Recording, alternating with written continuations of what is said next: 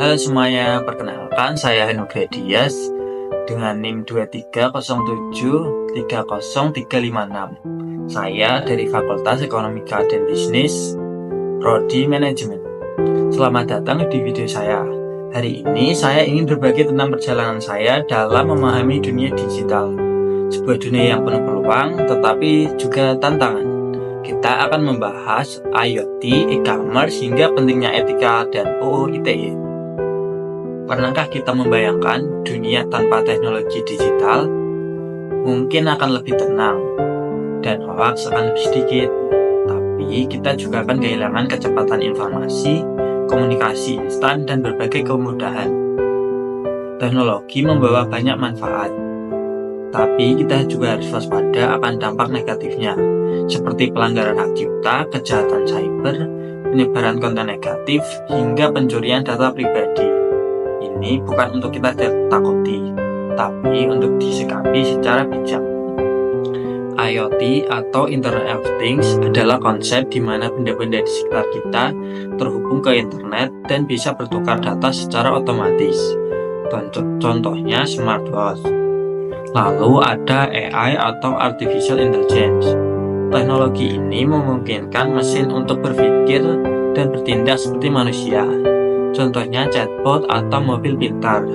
Namun, AI juga memiliki kelemahan, terutama dalam hal keamanan, privasi, dan etika. Karena AI tidak bisa menilai moralitas seperti manusia. Kalau kamu merasa konten media sosialmu itu saja, itu efek filter bubble atau algoritma yang menyaring konten sesuai minat kita, membuat kita jarang melihat sudut pandang lainnya. Lebih parahnya lagi, kalau kita masuk ke echo chamber, ruang di mana hanya opini sejenis yang bergema. Ini bisa memicu polarisasi, menyebarkan hoaks, dan memperbesar ujaran kebencian. Sebagai mahasiswa, saya senang belanja online, praktis dan banyak promo.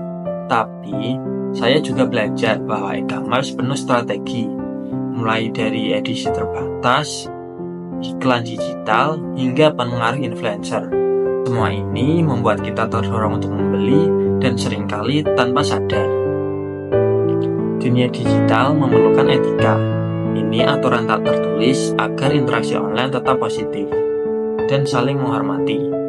Jangan mudah terpancing, gunakanlah filter blokir jika perlu, dan pikirkan dampak sebelum mengunggah atau berkomentar.